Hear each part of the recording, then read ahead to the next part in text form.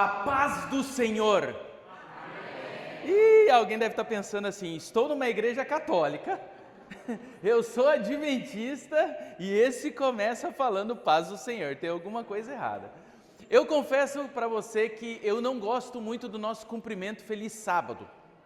E por que eu não gosto muito do nosso cumprimento Feliz Sábado? Porque hoje a gente fala Feliz Sábado um para o outro, só que se eu te encontro domingo, segunda, terça, o que eu falo para você? Você já percebeu? Fica aquele climão, você encontra o irmão da igreja e fala, e aí, tudo bem? Não sabe o que falar.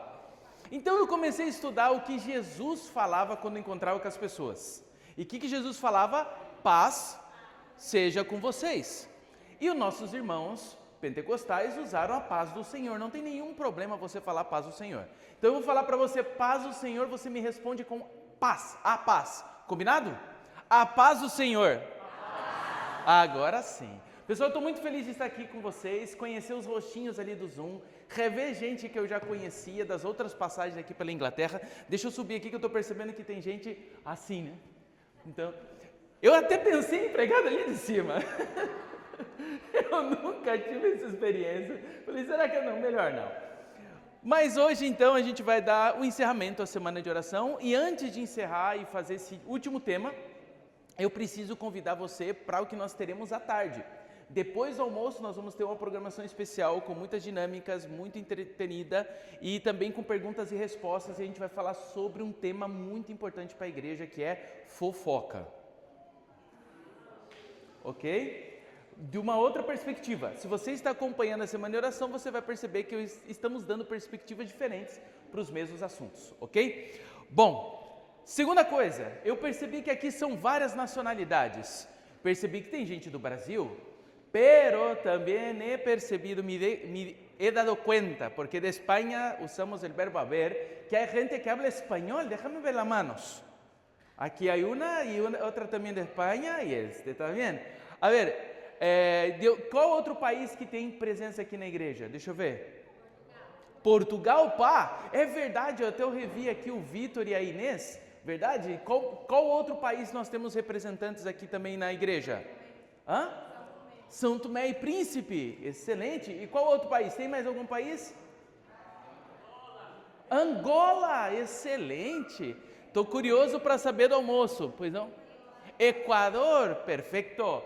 Então, pois não? Da onde você é?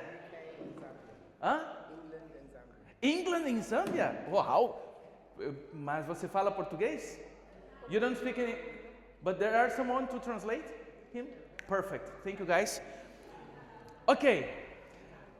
Por que eu perguntei as nacionalidades? O tema que eu vou fazer hoje é o maior tabu que nós temos, ok? E se você está assistindo esse tema, não faça cortes, porque as pessoas pegam e vão fazer cortes e vão dizer ou falar o que eu não falei. Então não façam cortes desse tema. Se você está um pouco cansado, vamos fazer o seguinte, todo mundo fica em pé agora, por gentileza. Fique em pé, rapidinho, não briguem comigo. Levanta a mão lá em cima, junta as duas mãos, levanta bastante o pé.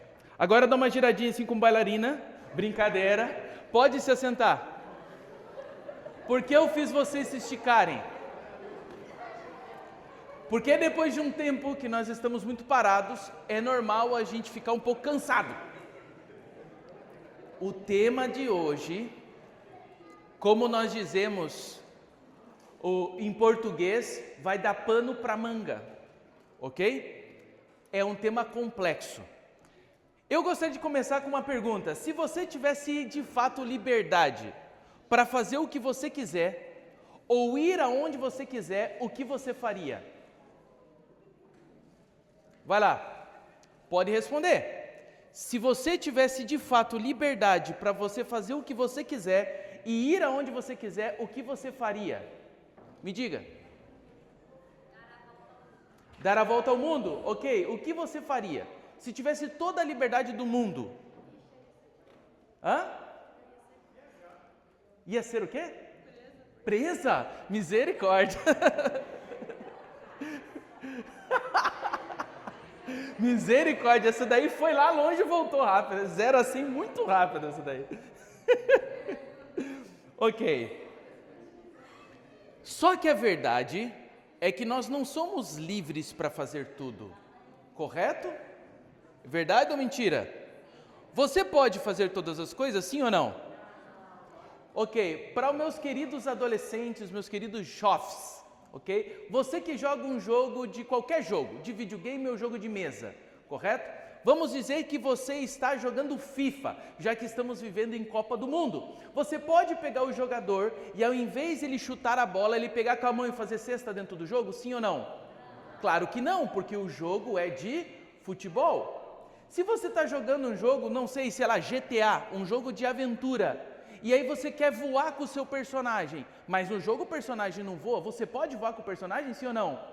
Não, porque tem alguns limites.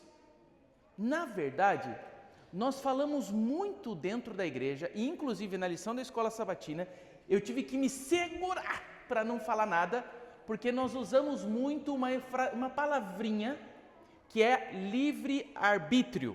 Já ouviram a palavra livre-arbítrio? Livre-albedrio. E as pessoas falam que nós temos livre-arbítrio, correto? Sim ou não? Sim. Agora vem um problema, nós não temos. E durante todo o sermão vou mostrar para você que você não deveria ter livre-arbítrio. Você acha que tem, mas você não tem. E eu vou demonstrar isso para você na Bíblia.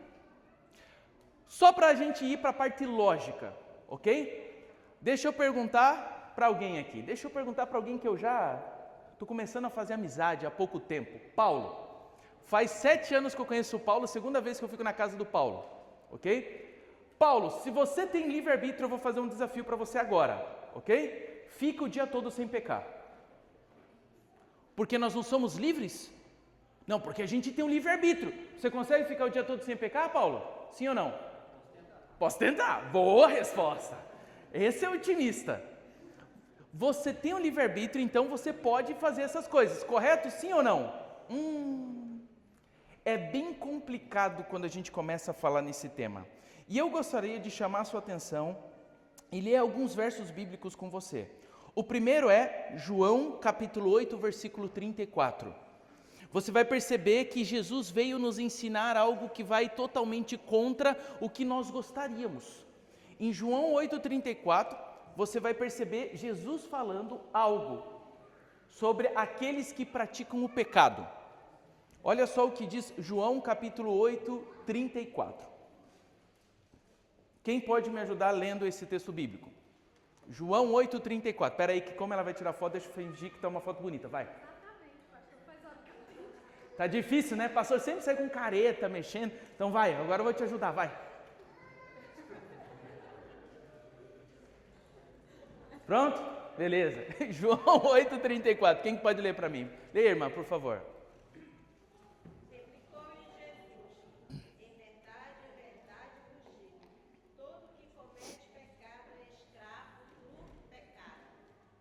Ok, muito obrigado, irmã. Deixa eu fazer uma pergunta muito simples agora para você. Quem aqui é pecador? Deixa eu ver a mão, por gentileza. Ok, então conforme a irmã... Como é o seu nome, irmã? Alice. Conforme a irmã Alice acabou de ler, todo aquele que pratica pecado é escravo do pecado. Vamos agora conceitualizar o que é um escravo. O escravo, ele tem vontade própria, sim ou não? O escravo tem liberdade para fazer o que ele quiser, sim ou não? O escravo tem livre-arbítrio, sim ou não? Não. Eu e você, nós somos escravos dos nossos desejos pecaminosos. Essa é a verdade. Eu e você, nós não temos vontade de fazer as coisas que são boas. Eu e você não temos vontade de ler a Bíblia. Eu não tenho vontade de orar muitas vezes. O que? O pastor está falando isso? Sim. O que nós temos é um hábito. Nós construímos hábitos com o passar dos anos. E aí você cria um hábito de ler a Bíblia, de ler a lição da escola sabatina e de orar. Mas dizer que você gosta? Então se você gosta tanto de ler a Bíblia e orar, não assista hoje à noite o filme que você está planejando. Porque se a gente gostasse tanto, no sábado à noite a gente não ia estar desesperado para sair e fazer qualquer outra coisa. Então no domingo, em vez de você sair, fique lendo a Bíblia. Porque você falou que gosta de orar. Nós não gostamos. E por que nós não gostamos? Porque nós somos pecadores. Sabe do que a gente gosta? A gente gosta de assistir um filminho. Não gosta? Com pipoquinha na manteiga? Com brasileiro com aquela guaraná com laranja? A gente gosta disso, de assistir um filme, assistir futebol, Copa do Mundo, quero assistir todos os jogos. É isso que nós gostamos, porque nós somos o quê? Pecadores. Só que, o que a gente acabou de ler, é que nós por pecarmos, nós nos tornamos escravos do pecado. Então vou repetir a pergunta, isso faz parte da didática para a gente aprender algo. O escravo, ele tem liberdade, sim ou não? Deixa eu ouvir vocês, o escravo tem liberdade, sim ou não? Ok. Agora vamos ver o que Paulo diz quando a gente é liberto do pecado. Vamos a Romanos capítulo 6, versículo 22. Romanos capítulo 6. Romanos capítulo 6, versículo 22. Quem poderia ler para mim esse texto? Romanos 6, versículo 22. Quem pode ler, por favor? Pois não, irmão, pode ler, por favor.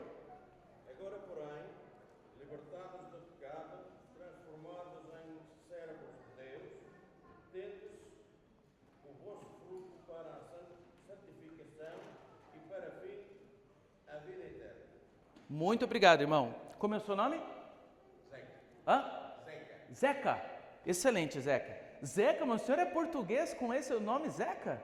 Olha que diferente, gostei de conhecer um Zeca. O nome verdadeiro é José. Ah, é por isso. Então tá bom, perguntei seu nome, seu José. Opa, mas estás a caçoar de mim, pá. Tá bem, seu Zeca, gostei. Aqui o seu Zeca leu pra gente que nós somos libertos do pecado e agora a gente é transformado. Na versão dele aparece a palavra servo. A palavra servo vem do grego doulos, e doulos é escravo. Por isso algumas versões vai trazer a expressão, contudo agora libertos do pecado e tendo sido transformados em escravos de Deus. Vou fazer a pergunta de novo porque é didática. Escravo tem liberdade, sim ou não? Não. Então perceba uma coisa, a Bíblia sempre apresenta dois caminhos, correto? Ou você aceita Cristo, ou você rejeita Cristo, ok? Se você rejeita Cristo, Jesus está falando que você vai ser escravo, só que escravo do pecado, escravo da sua natureza. Quando nós aceitamos a Cristo, nós somos transformados, mas a gente não deixa de ser escravo. Eu era escravo do pecado, agora eu sou escravo de Cristo. Vocês estão entendendo a diferença? Agora o escravo ele pode escolher fazer o que ele quer fazer, sim ou não? O escravo não é livre. E eu sei que essa mensagem ela é dura, eu sei que essa mensagem pode parecer que não é bíblica, mas nós estamos vendo os versos da Bíblia. Vá para 1 Coríntios capítulo 7, versículo 22. 1 Coríntios capítulo 7, versículo 22. E aqui tem algo extremamente importante para a gente entender esse tema. E esse texto eu vou ler. 1 Coríntios capítulo 7, versículo 22. Conseguiu encontrar? Pois aquele que, sendo escravo, foi chamado pelo Senhor, é liberto e pertence ao Senhor. Semelhantemente, aquele que era livre quando foi chamado, é escravo de quem? É escravo agora de Cristo. E aqui, meus queridos, é necessário a gente aprender uma coisa. Quando a Bíblia fala que nós devemos aceitar Jesus Cristo como nosso Salvador, não para só pelo Salvador. A Bíblia fala que nós devemos aceitar Jesus como nosso Senhor e Salvador. O que é um Senhor? É um dono. O Senhor é aquele que vai mandar nas pessoas, não é verdade? Não era assim antigamente? Então, Ele é o Senhor, os escravos estão abaixo do Senhor. O que o Senhor manda, os escravos vão fazer. E perceba, eu sei que é uma mensagem dura, porque ninguém quer ser escravo. Só que você não tem escolha. Você nasceu escravo. Só que Cristo quer te libertar para deixar de ser escravo do pecado, deixar de ser escravo das drogas, deixar de ser escravo dos vícios, deixar de ser escravo da tecnologia para ser um escravo dele. E ele não vai exigir o teu serviço sem te pagar nada, porque o escravo não recebe nada, mas o escravo de Cristo recebe a vida eterna. Você está percebendo as diferenças? Mas eu vou continuar com você, porque eu sei que esse assunto ele é um pouco diferente do que nós estamos acostumados. Quando nós vamos para 1 Coríntios, capítulo 6, 19, e o versículo 20, nós lemos esse texto quando a gente falou sobre sexo na nossa semana de oração, sobre sexualidade. Se você não assistiu ao vivo, convido você depois a entrar no canal da igreja e você assistir o tema sobre sexualidade. Eu mencionei esse texto. Esse texto, ele é muito usado para falar sobre que nós deveríamos ter uma vida saudável, comer bem, dormir bem, fazer exercício, ser vegetariano. Só que o contexto desse verso não tem absolutamente nada que ver com isso. O contexto desse desse texto tem a ver com sexualidade. E aqui tem uma afirmação que eu preciso ler. E por que nós somos escravos? Em 1 Coríntios 6, 19 e 20, o que diz o texto? Acaso não sabem que o corpo de vocês é santuário do Espírito Santo que habita em vocês, que lhe foi dado por Deus e que vocês não são de si mesmos? Se eu não sou de mim mesmo, de quem eu sou? Ou eu sou do pecado, ou eu sou de Cristo. Eu não tenho uma terceira escolha, ou é um ou é outro. E o texto continua, mas vocês foram comprados por alto preço. Cristo Jesus morreu, o Deus do universo, pagou o preço pela tua alma. O teu corpo não pertence a você. Você deveria aceitar a escravidão e aceitar o que diz o teu Senhor. E quando o Senhor diz, eu abaixo a cabeça e eu faço o que Ele pede. Só que a gente é uma geração de crente que não está obedecendo a Deus. Nós não queremos ser escravos do pecado e tampouco queremos ser escravos de Deus. E aí nós temos uma igreja rebelde, porque não está obedecendo a Deus, não entendeu a sua condição. Cristo Jesus veio para libertar você, veio para salvar você, como nós estudamos ontem. Você não fez absolutamente nada para merecer isso, só que aí você aceita Cristo, e você aceita o sacrifício dele, mas você não está querendo aceitar ele como teu Senhor. Porque ele olha para você e fala assim, meu filho, você como meu servo, eu gostaria de pedir que você fizesse isso, Zeca. E o Zeca fala, não, aqui não, Deus, aqui eu não vou. Eu estou pedindo para você fazer isso. Não, Senhor, isso não. Ajuda aquela pessoa que ela está precisando de dinheiro. Mas eu também estou com pouco, Senhor. Ajuda aquela pessoa que eu estou te falando. Confia em mim. Não, Deus, eu quero fazer do meu jeito. E nós somos assim. Escravos rebeldes. Infelizmente, essa é a nossa vida. Se você acreditava que o livre-arbítrio realmente existia, me explique um pouco a história de Jonas. Jonas queria ir para onde ele foi, sim ou não? Não, ele fugiu de Deus. Vou repetir, Jonas fugiu de Deus. Mas Deus levou ele mesmo sem ele querer. Cadê Deus respeitando a decisão do homem? Você já percebeu que na história de Jonas, Jonas é forçado a ir aonde ele não quer? Sabe por quê? Porque ele aceitou ser um profeta. A partir do momento que você aceita ser um cristão, porque ele te chama e você aceita, a grande verdade da vida é que Deus vai querer guiar você. Ele vai colocar pessoas no seu caminho, Ele vai colocar um trabalho, Ele vai colocar situações, e você talvez nem consiga entender. Só que a gente começa com rebeldia, como Jonas. Como que termina o livro de Jonas? Ele fala para Deus, eu sabia que o Senhor era bondoso, eu sabia que o Senhor ia salvar essas pessoas, por isso que eu não queria vir. Ele termina bravo com Deus. E nós também ficamos bravos com Deus. Nós não queremos que Deus seja o nosso Senhor, que Cristo guie a nossa vida, que Cristo guie a nossa jornada. Nós achamos que poderíamos fazer melhor. Só que, meu querido, o chamado de Cristo é para você ser um discípulo. É você aprender com Ele, é você servi-lo. E eu sei que algumas pessoas devem estar pensando, mas pastor, aí eu não entendo um pouco, porque eu sempre ouvi do livre-arbítrio, então você está me dizendo que eu não tenho liberdade nenhuma?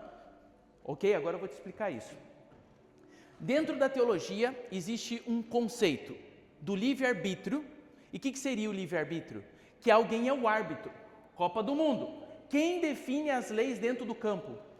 É o árbitro. Você é um árbitro de alguma coisa? Você define o que é certo e o que é errado? Não.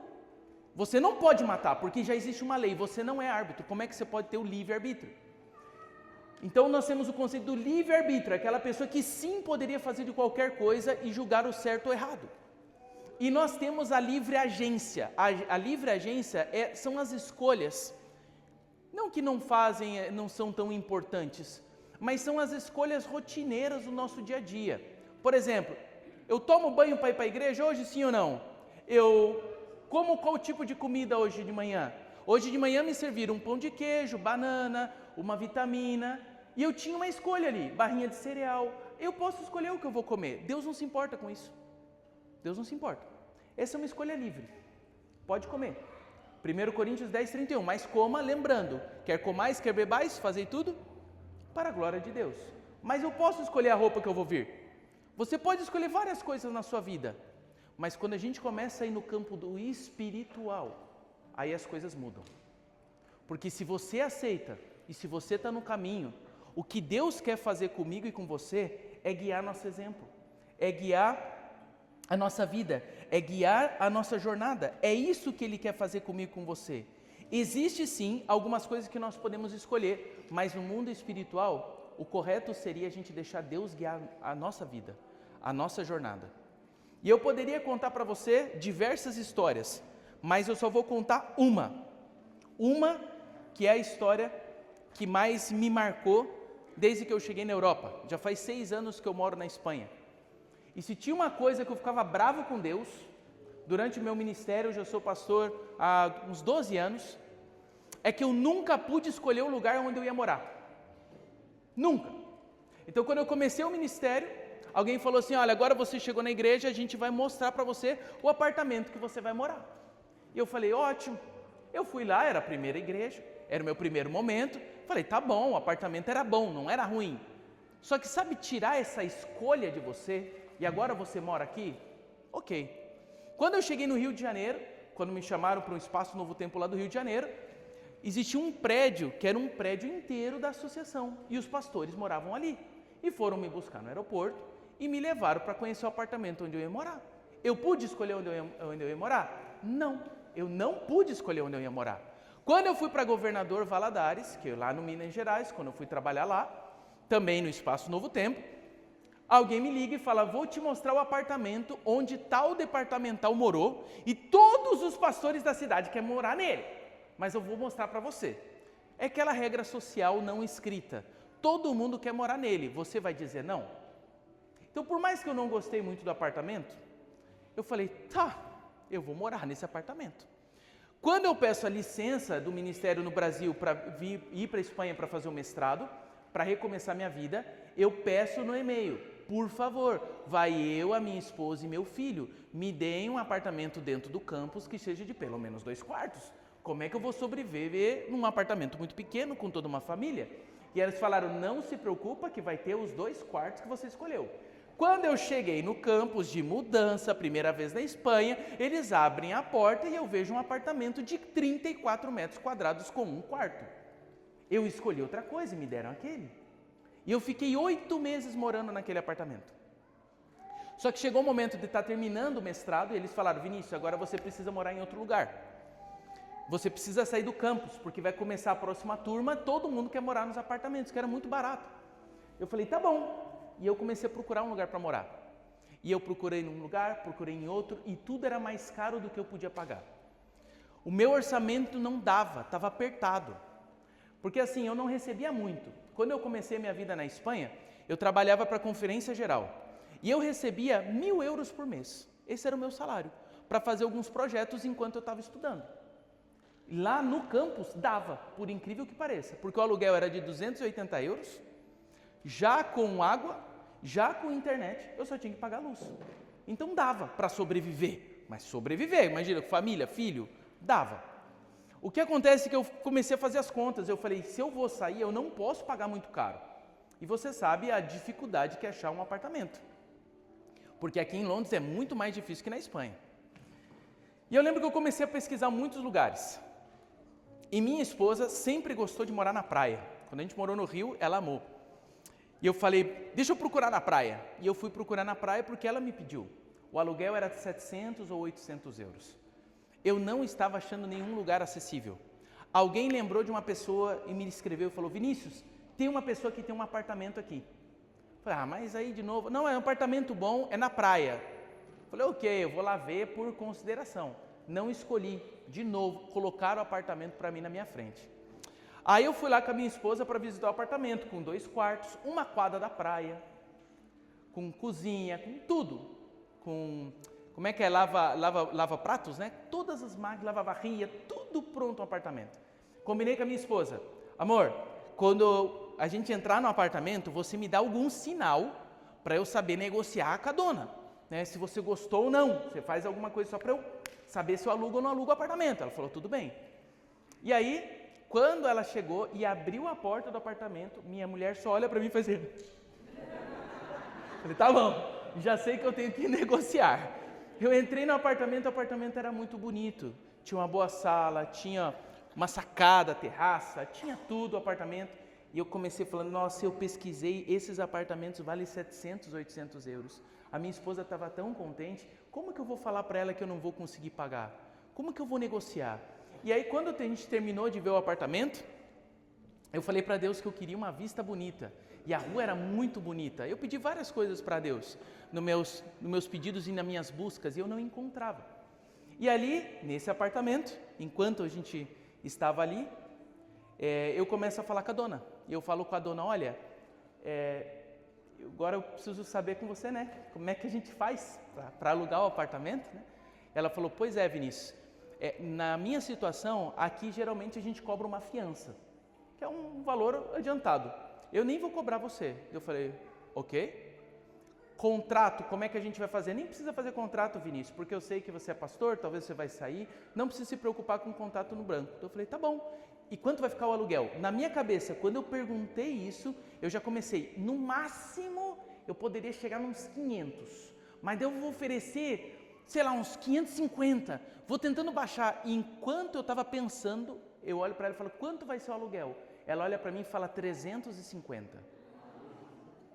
E aí eu realmente não soube como reagir. Eu falei, o quê? Aí ela falou 350.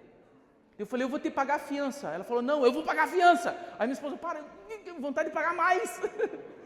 350. E eu fui morar nesse apartamento por 350. Eu terminei de fazer a mudança. Eu estava levando uns sacos de lixo.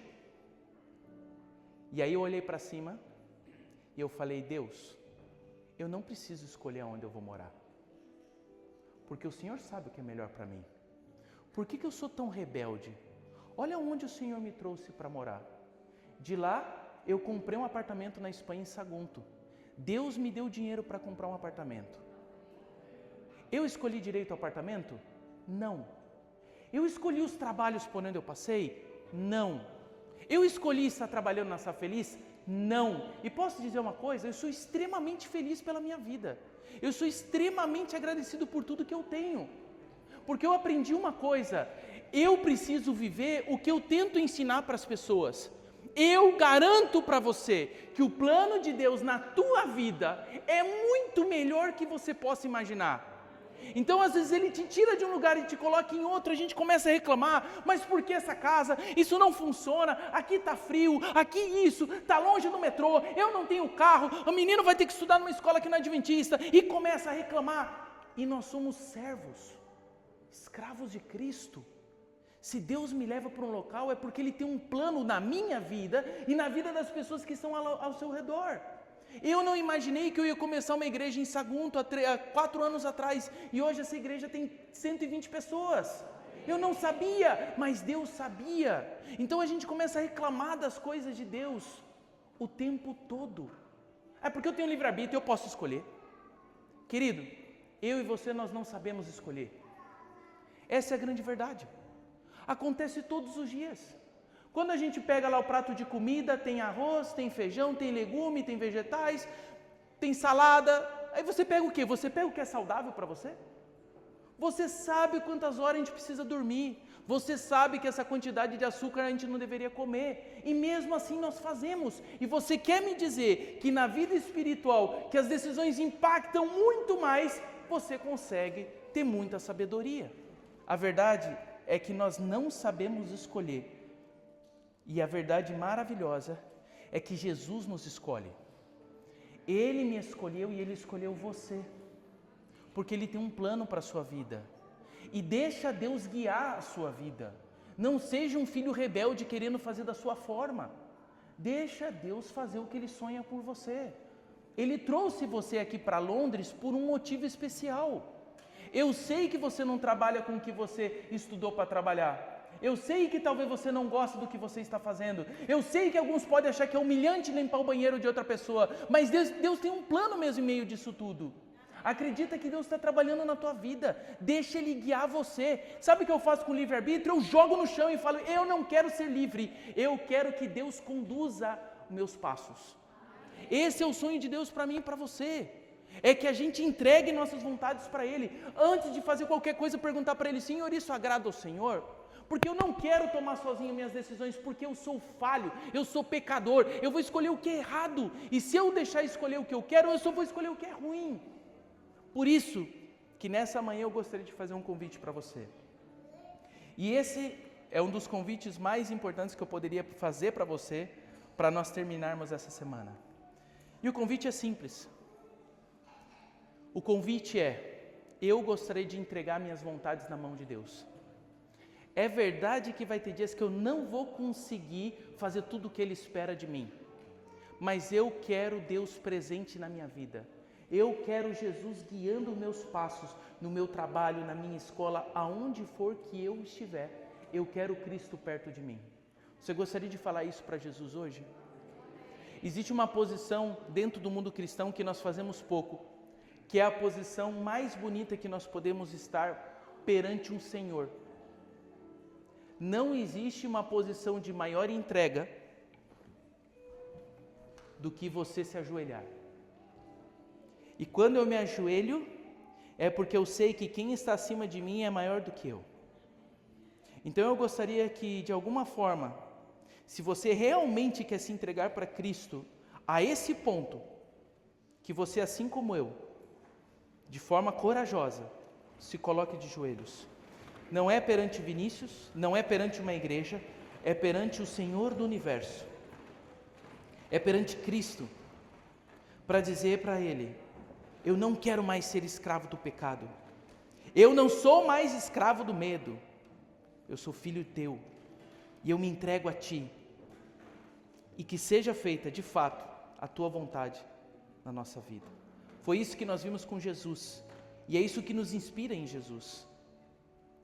E por isso agora eu convido você a orar. Senhor, nosso Pai e nosso Rei, hoje nós nos colocamos de joelhos em Tua presença, porque o Senhor sabe que infelizmente existem tabus dentro de nós, dentro da nossa cosmovisão, das nossas igrejas, que nos impedem de ter um relacionamento mais próximo, mais cercano a Ti. Por favor, Senhor, hoje a gente se coloca de joelhos em primeiro lugar para Te pedir perdão. O Senhor sabe que nós somos pecadores e nós gostamos de fazer o que é errado. Senhor, nós não queremos mais ser escravos do pecado. Senhor, nós queremos ser escravos do Senhor. Cumprir a Tua vontade na nossa vida, na nossa família. Senhor, eu sei que todos nós sonhamos com a liberdade, mas a grande verdade é que ela não existe. Nós não sabemos fazer boas escolhas, Senhor. Por isso que nessa manhã a gente se coloca de joelhos em Tua presença, para pedir ao Senhor perdão. Nos purifica, Senhor, nos limpa. E que a partir de agora vai ser um desafio, eu não tenho dúvidas, mas que a gente possa sentir o Senhor guiando cada passo. Aonde a gente vá, Senhor, que a gente possa senti-lo perto de nós. E por favor, Senhor, não saia de perto de nós. Por mais que a gente se afasta de Ti, Senhor, nos ajude a sentir a Tua presença. Eu sei que entraram pessoas hoje na igreja se sentindo longe de Ti. Eu sei que entraram pessoas nessa igreja falando que a saúde espiritual dela não está boa, Senhor. Por favor, que essa pessoa sinta agora o Teu amor no seu peito e que ela possa sair daqui restaurada, que ela possa sair daqui com mais fé e confiança que o Senhor é real e o Senhor quer caminhar conosco, lado a lado. nós nos entregamos a Ti nessa manhã e oramos agradecidos. Em nome de Cristo Jesus, o nosso Salvador e o nosso Senhor. Amém.